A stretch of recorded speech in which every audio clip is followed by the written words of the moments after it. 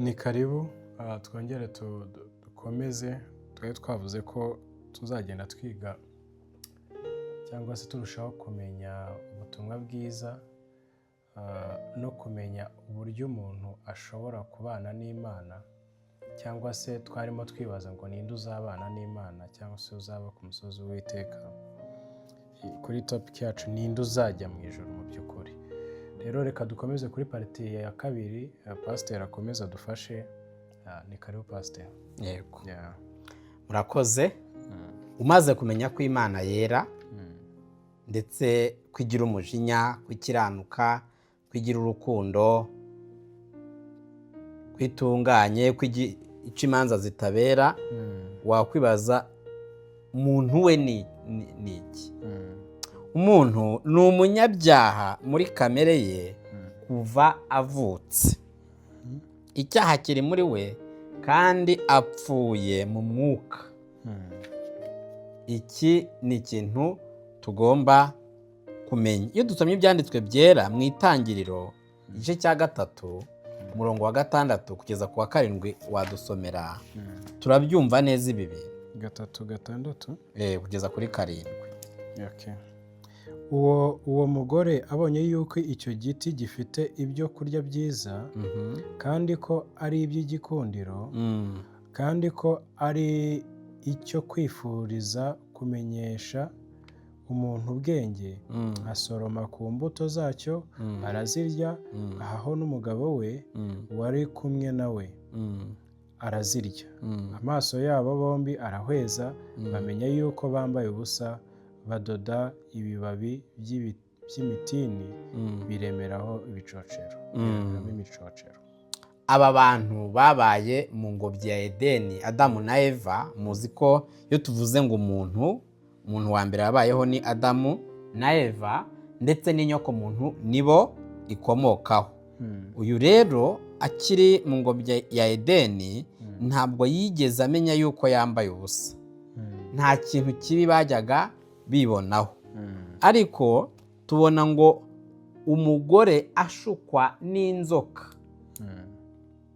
Arashukwa, umugore aragenda ngo afata cya giti, abona ko ngo gifite ibyo kurya byiza, ngo abona ko ari icy'igikundiro, abona ko ari icyo kwifuzwa n'umuntu wese, ngo nuko ararya, ngo haho n'iki n'umugabo wiwe. Ibi byaturutse mu bushukanyi bwa Satani, kuko Imana yari yabujije Adamu kurya kuri iki giti. We rero arenga ku itegeko ry'Imana akiryaho. Nguko uko icyaha cyatangiye kuza mu isi. Icyaha ni iki? Icyaha ni ukugomera amategeko y'Imana. Icyaha nibwo bugome, ni ukugomera icyo Imana yavuze. Rero umuntu muri kamere ye nta cyiza giturukamo. Niyo mpamvu Bibiliya ivuga ngo abantu bose ngo bakoze ibyaha. Ngo umuntu atangira kuba umunyabyaha kuko yavutse. Yobu we yabivuze neza, ngo mu byaha niho yagize gute asamirwa. N'abandi bera bose, na ba Dawidi n'abandi bose nuko bajyaga batura, bamenya vuga ko batangira ko abanyabyaha bagisama. Wenda nk'abiwacu i Rwanda mukunda kuvuga ngo umuntu ngo asamwa ari akaziranenge. Oya, ni akanyabyaha. Nuko nguko bimeze. Kandi icyo cyaha cy'umuntu umwe cyagiye ku bantu bose. Iyo dusomye mu Roma 5:12 ngira ngo wadusomere, icyo cyaha cy'uko Adamu yasuzuguye Imana akabarwaho kuba umunyabyaha, icyo cyaha ni icyaha gihagarariye buri muntu wese. 5:12.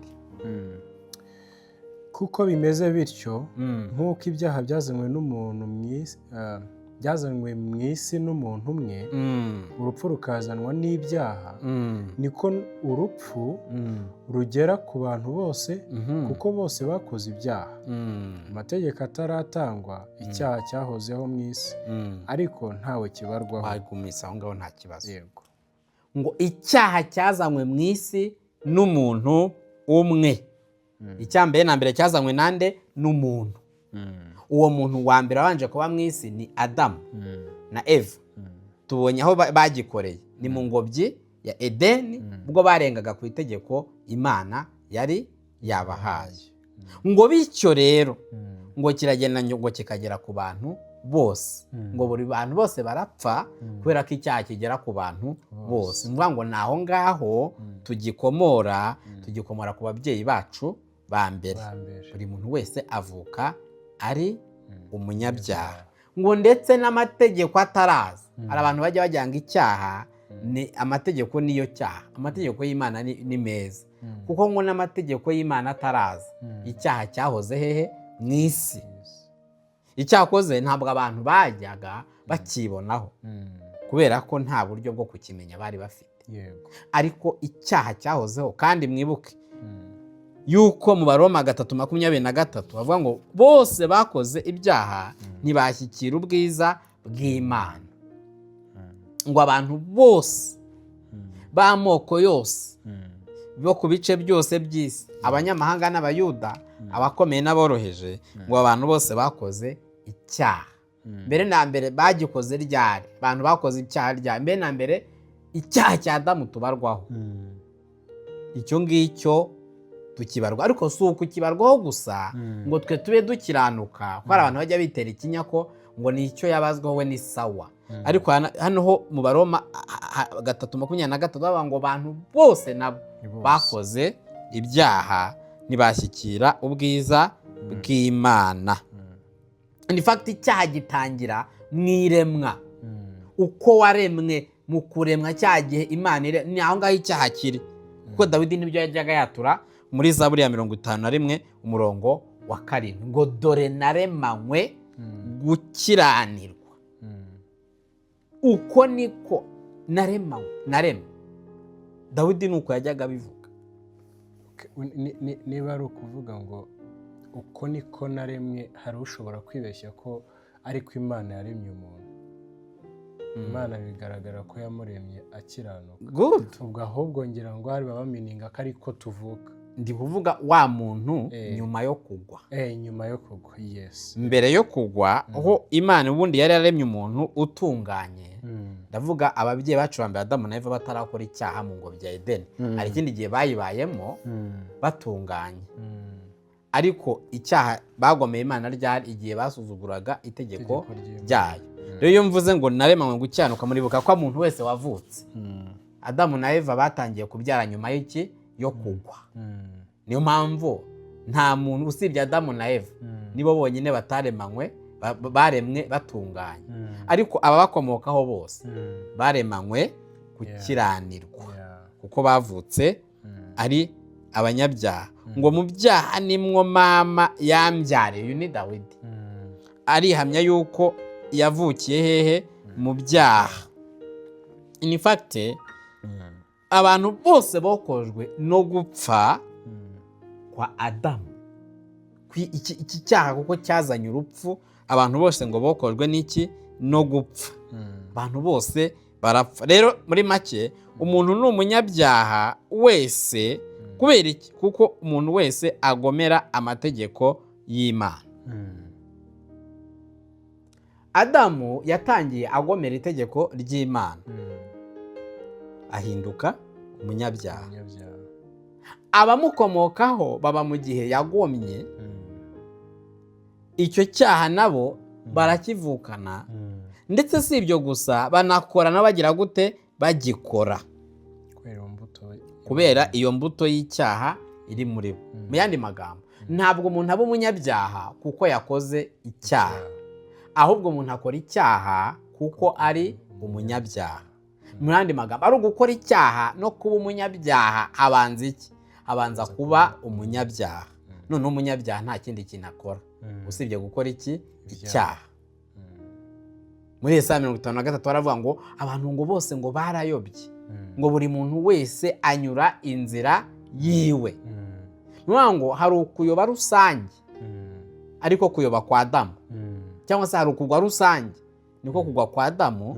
Buri muntu wese yahindutse umunyabyaha muri Adamu. Ariko ngo na buri umwe wese agira aho agira gute arushaho kugomera Imana. Niyo mpamvu uzasanga umuntu akura ugasanga we atwarwa no kurwana, undi akaroga, undi agasambana ariko ataroga, undi akagira ishyari ariko mu by'ukuri atari umusinzi urwana.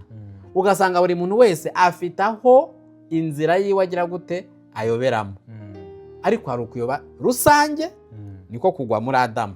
Hari no kuyoba kwa buri muntu ku giti cye niko kwishimira mu byaha bya buri muntu. Rero kuko umuntu ari umunyabyaha nuko nguko ameze. Wakwibaza rero uyu muntu koko umeze urya yabana n'Imana. Harimo n'umuntu uri kuvuga ati ariko se umuntu nta muntu ubaho w'intungane mu ngeso ze akaba rwose nta cyaha. Bibiliya yavuze ngo ntawe ukiranuka n'umwe, ngo nta n'umwe ukiranuka, ngo abantu bose hariya mu Baroma 3:23 ngo abantu bose barayobye ntibashyikira ubwiza bw'Imana. 9 yo hejuru kuri 11 nahe hanavuga ngo nta muntu ushaka Imana, ngo nta muntu umenya Imana, nta muntu n'umwe ukiranuka. Reka mbabwire na papa uhagarariye wenda idini ntabwo ari nyir'ubutungane, ahubwo ni nyir'icyaha, kuko avukana icyaha. N'umupasitori ni umunyabyaha. Wa wundi ufite titire y'umuhanuzi nushaka ko witwa umukerubi cyangwa uri wa mwaposo cyangwa uguruka, uwo nawe ni ni umunyabyaha, kuko biyabangwa abantu bose bakoze ibyaha. Nta n'ubwoko buriho bw'abantu bakiranuka. Hari ukuntu nyine abantu bivuga akaba yakwibwira ko we avuka ahantu bagerageza ngo twe wenda ngo turi abana b'abatambyi, uri umunyabyaha n'ubundi. Nuwa ngo umuntu w'umunyabyaha rero yabana n'Imana yera gute? Mu yandi magambo insozi y'ingingo tubonye ko Imana yera, ariko tubona ko umuntu yagize gute yayigomeye. Nuwa ngo hagati y'umuntu n'Imana harimo ubwanzi bukomeye, harimo umworera ukomeye. Nimba Imana yera gutyo umuntu akaba ari umunyabyaha gutyo w'ingeri zose. Ngo hagati y'umuntu n'Imana harimo ubwanzi, hakenewe ubwiyunge, hakenewe ubwiyunge. Umuntu rero ni umunyabyaha. Ninde yakoreye icyaha umuntu yagomeye Imana, ni ikihebe imbere y'Imana. Kwera kw'Imana se, Imana irera mu ngeso zayo no muri kamere yayo, ndetse umuntu wabasha kuyireba. Niho mpamvu uzasanga mu isezerano rya kera abantu bajyaga babona Imana bose ngo bavuzaga induru bati turapfuye turashize. Si nkaho muri iki gihe ujya kumva umuntu ngo twe turi mu materaniro ngo mbona Imana. Ayiwe, waba uyibonye ute wa munyabyaha? Nta muntu wabona Imana ngo abeho, kuko Imana irera. Muri Yohane 1:18 aravuga ngo uhereye kera kose nta muntu wigeze ubona Imana keretse umwana uri mu gituza cya se niwe wayimenyekanishije, kuko Imana irera, nta muntu wayireba ngo abeho. Rero turaza kureba iki cyungo, urwungo hagati y'umuntu n'Imana ni uruhe, ni gute umuntu yakwiyunga n'Imana.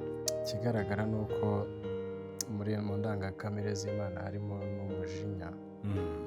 Nuko mbona bitewe n'ukuntu umuntu yigometse ku Mana akaba atayumvira, akiyigomera, ndetse hagati y'umuntu n'Imana harimo ubwanzi, harimo umujinya, harimo beef, harimo ubwanzi, harimo umujinya, harimo uburakari, harimo umuriro uteye ubwoba.